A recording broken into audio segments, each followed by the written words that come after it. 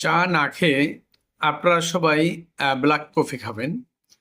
Black coffee হলো যে কফিতে দুধ বা চিনি দেওয়া হয় না, শুধু গরম পানির মধ্যে কফি এবং পানি মিশিয়ে তৈরি করা হয়, সেটাই হলো ব্ল্যাক কফি। অর্থাৎ এটাই হলো ব্ল্যাক কফি। এখানে শুধু পানি এবং কফি মিশানো, দুধ চিনি ছাড়া যে কফি আমরা পান করি এটাকেই বলে ব্ল্যাক কফি।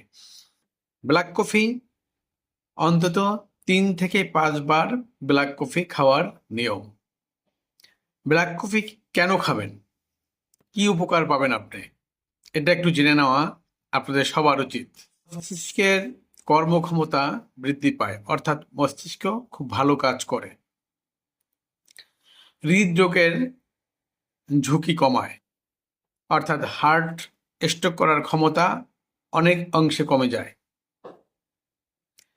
শরীরের ওজন কমাতে সাহায্য করে, ডায়াবেটিসের ঝুঁকি কমায়।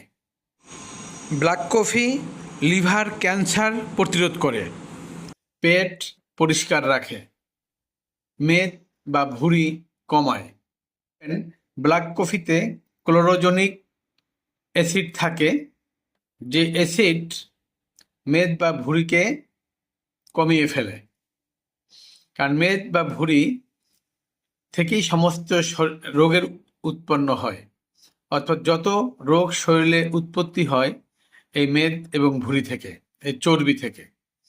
সুতরাং ব্ল্যাক কফি দুধ চিনি ছাড়া গরম পানিতে কফি মিশিয়ে পান করুন।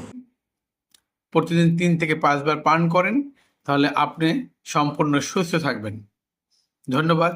আমরা যারা একটু বয়স্ক মানুষ আছি, আমরা চা খাবো না, আমরা 3 থেকে 5 বেলা ব্ল্যাক কফি খাবো।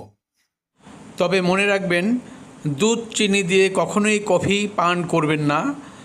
এগুলো দিয়ে কফি পান করলে লিভার নষ্ট হবে, লিভার ক্যান্সার হবে এবং অন্যান্য রোগে বাসা বাঁধবে।